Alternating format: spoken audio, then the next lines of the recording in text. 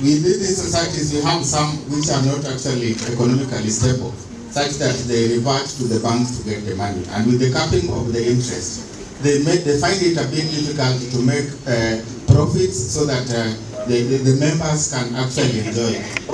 Do you have any plan to make a revolving fund for these circles so that you even make them stronger? The social effect of tourism, as that Baba alikuwa anasema, we are having seasonal tourists coming huku Mombasa kila wakati, and you want to make it all year around affair. The social impact of that thing is, tunaona watoto wanatoka shule, wana drop out of school, most of them, they believe their chances of benefiting in life or making it in life is through those investors or tourists that you want to come here all year round, yeah? So how are you going to keep a balance or put boundaries that we're not supposed to cross over? Or how are the tourists supposed to make boundaries to small children or underage children not to be involved and get lost, so that we reduce the illiteracy? My name is Adam Leva. I have two questions. No, sorry, one question as directors. I would want to know from you, the two who are seated, this gentleman seated in front of us, aspiring to be our governor. Your agenda telling us of how you want to make the economy grow, you want to make doing this. This town, as dirty as it is, with all this failure of infrastructure, you have not shown us the right direction, how you are approaching this. Then, some time after election, hapo ni swali moja, sio? no, it's the same. I'm just continuing. I'm finishing. After election, this election, we have this. Samani wakati wako umekwisha. Manifesto yangu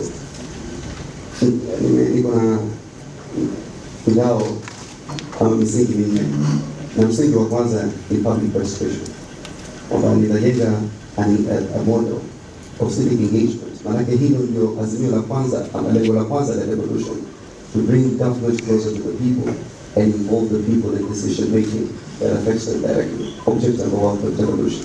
So nitaileta ile serikali karibu. Na nguzo yangu ya kwanza ni public participation. Siku ya kwanza nikishaapishwa, nitarudi ofisi, nitaitia sahihi ile public participation bill ambayo ndio haijasaini consensus karibu mwaka na, so that it becomes law from day one that all public servants katika county ya Mombasa must ensure that they engage the system in every level of decision making. Number two, about the revolving fund for cooperatives. It all depends on capacity of serikali. I don't want to go over promising right now, but it is easy for us to create a fund that specifically benefits cooperative societies. That's something I'll be open to engagement with. I've not necessarily looked at it. I've looked at the potential of the revolving fund for youth. I've looked at the revolving fund for women, and just restructured. But if there is a need for a revolving fund that takes care of the cooperative movement in Mombasa, there is always that room for government to allocate certain monies. As we realize that the resources we get is just about 6 to 8 billion. So I don't want to also overpromise and underdeliver. Create a myriad of expectation, then create a myriad of disappointment. So in terms of the specifics of the cooperative movement, we will definitely engage ourselves and see whether that can benefit, or the revolving fund can benefit youth cooperative societies, is another way of looking at it. Because if it's a revolving fund for youth cooperative societies will be beneficiaries, women cooperative societies. Is critical. But I see public participation in two ways. Number one, there has to be industry participation. What do I mean by that?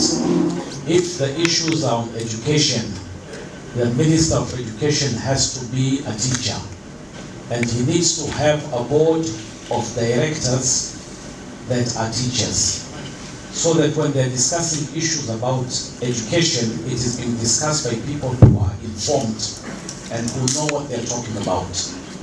Once they've agreed on something, then there is open public participation, and you invite Wananchi to come and you tell them this has been agreed to by the teachers, and this is the thinking process behind it.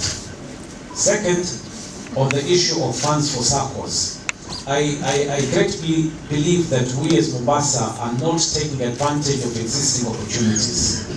The Youth Fund, for example, in the last 3 years, 11.8 billion shillings, 11.8 billion shillings was disbursed.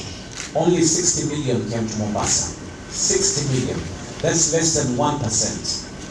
And the number of people who benefited, 908,000 youths across Kenya benefited.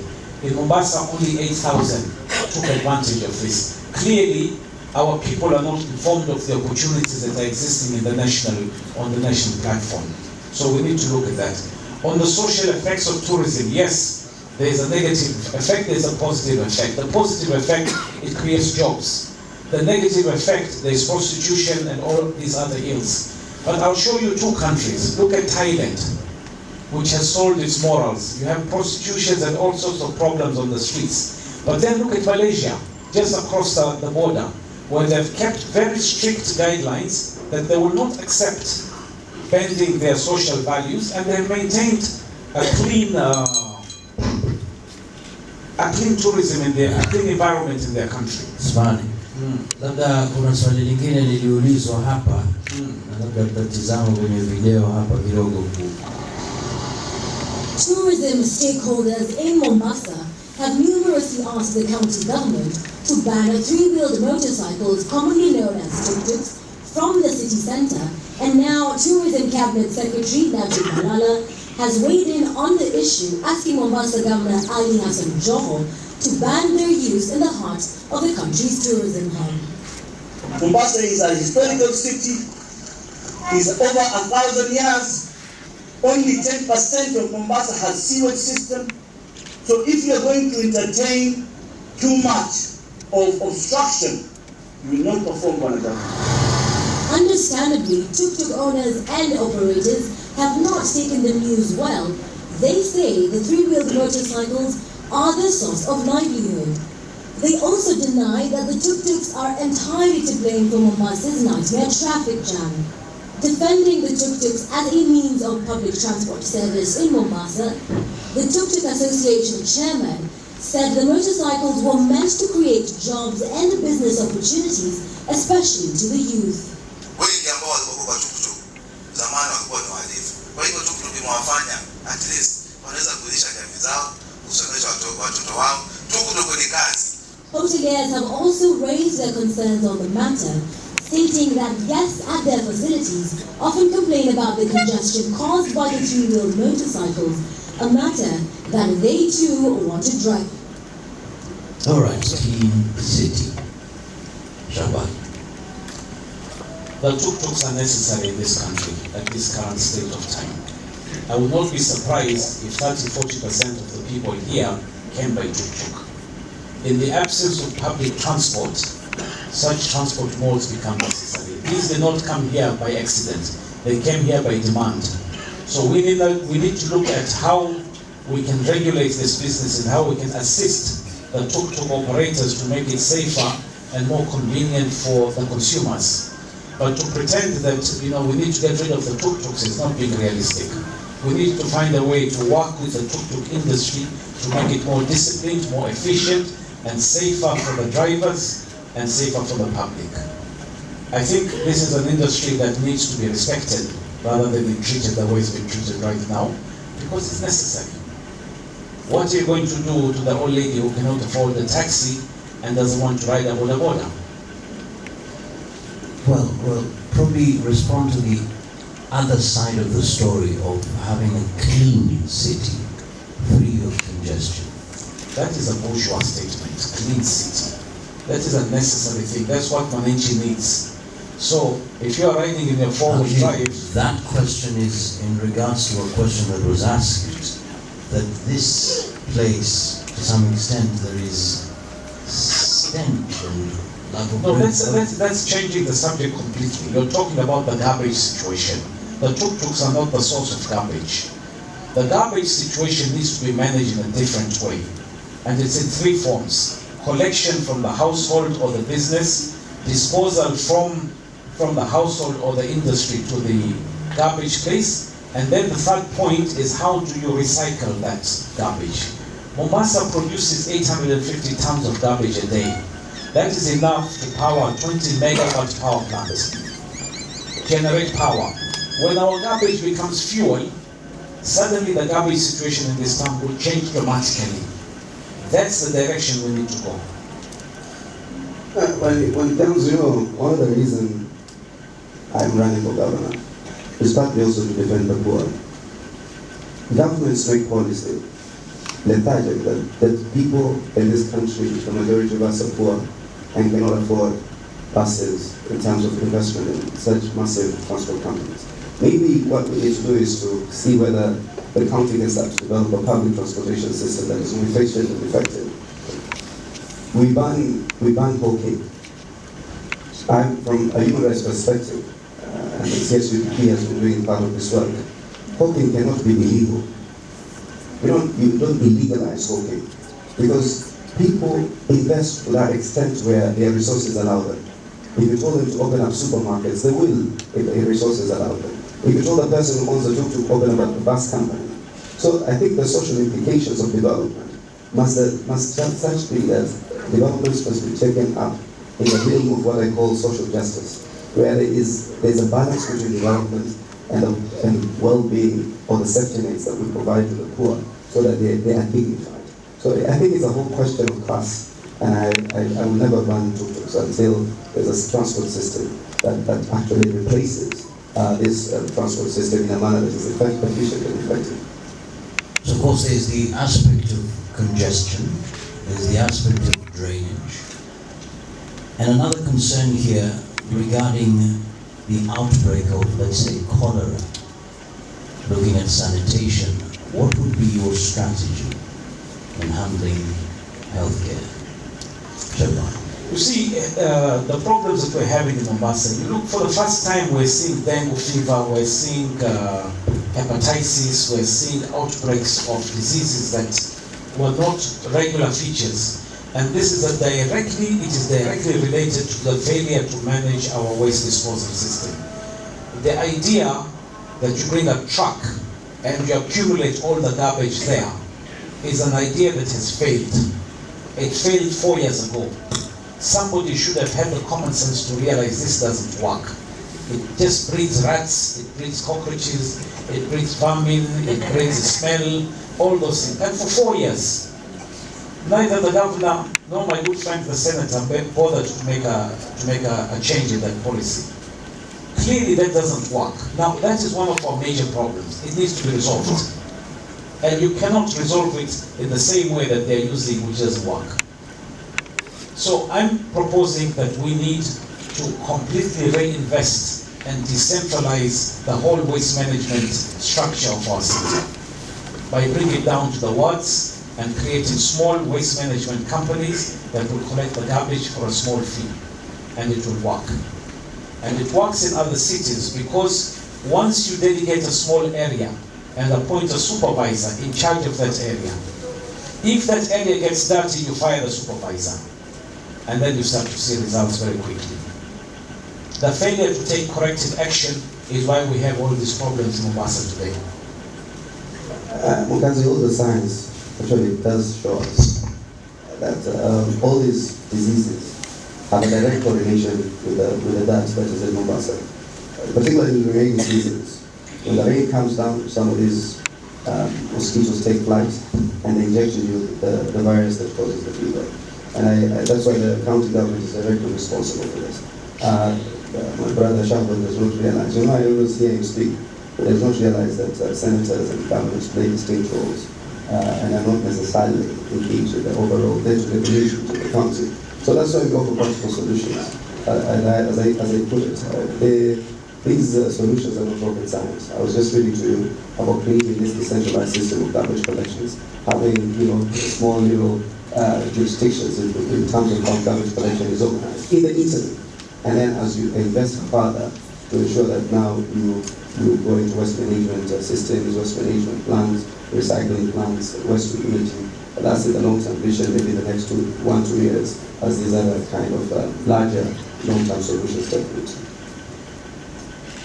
Maswali labda. Naitwa Suleiman Hassan, nasimama MCA Changamwe Road. Nataka niulize the two governors that the fund, the amount they have planned for each ward, the 30 wards, I want to know how much the two governors have. Because we need governors that can work with the MCAs, because we can be part of the cleaners of the town and infrastructure.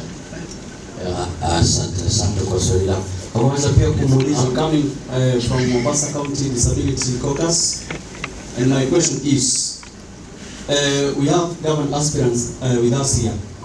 If at one time you walk into a public participation forum of your CEC or CEC, and then you find there is no sign language interpreter as we are having today, and then you have our fellow hearing impaired guys with us, then they have been put in total blackout.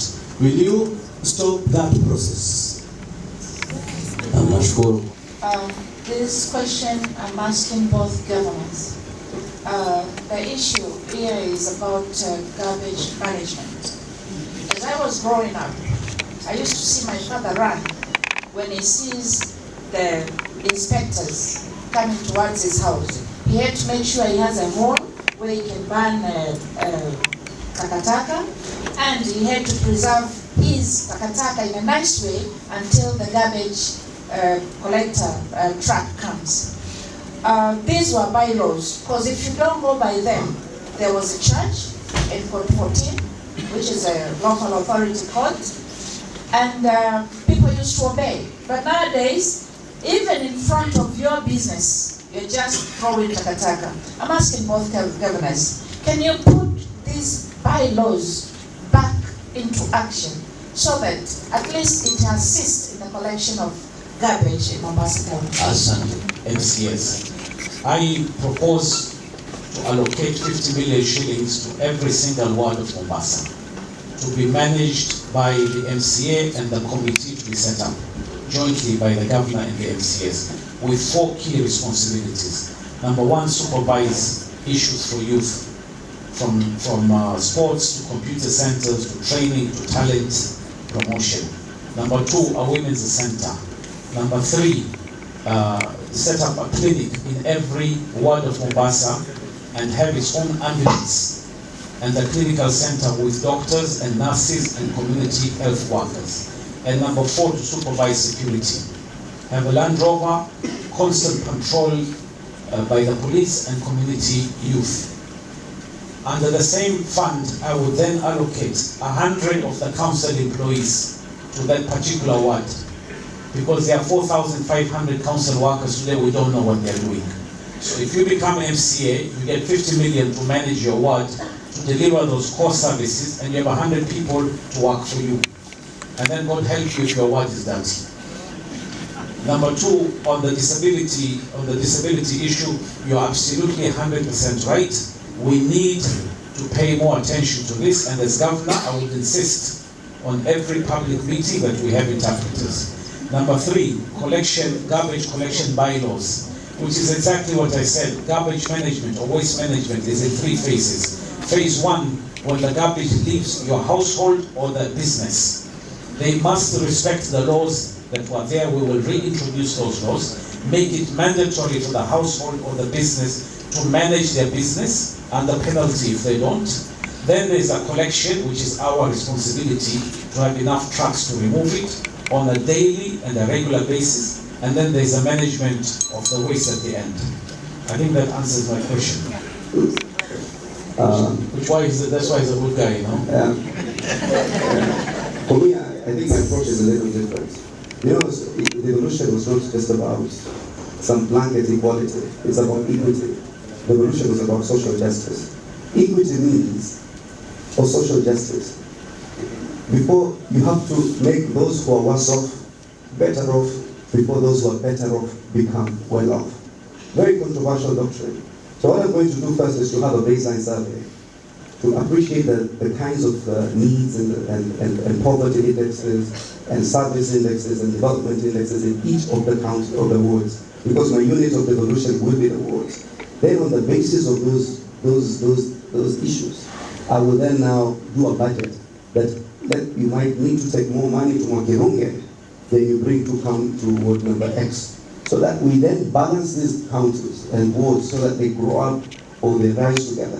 So if you've had 20 years of development and another one has had 1 year of development, it is only common sense that I give more money to the person who's worse off so that I can make them better off, so that they also dignify. So my template is going to develop a formula for revenue. You know, there's a formula for revenue allocation to all counties. I'm going to devise another further formula for revenue allocation to wards. So wards will not get the same amount of money. We will fund them with respect to their priorities and what the baseline surveys and the indexes of poverty demonstrates to us, so that we can bring everybody and lift up everyone so that they feel the benefits of devolution. The other two questions are very straightforward. It's a legal requirement for all public institutions to cater for disability. You have a forum where there's no sign interpreter. It is only your responsibility to enforce it. Either get a sign interpreter immediately or stop the forum. The issue from Mombasa Debate is about enforcement. You break the law, we arrest you. My name is Morris Mai. I'm a member of the Mombasa Citywide Residents Association. I'm also the secretary of the Pakistan Estate Tenants Welfare Group. My questions, Bwana Mwakazi, are two highly related. May I ask them together? One is the issue of water in Mombasa County. The demand is more than 186,000 cubic meters per day. But what we are getting from the provider is only 43,000 cubic meters per day. That deficit, what will you do? Number two, sanitation. Mombasa, up to now, with a population of 1.2 million people, we are still on septic tanks, socket pit. I think we should do sewer system. This question goes to Honorable Sharai. A governor is someone we should trust with our lives, and I understand when you are in Moi University, your legal father who is dark skinned came visiting you, and you ordered the askari to send him back because you wanted to identify yourself as an Arab.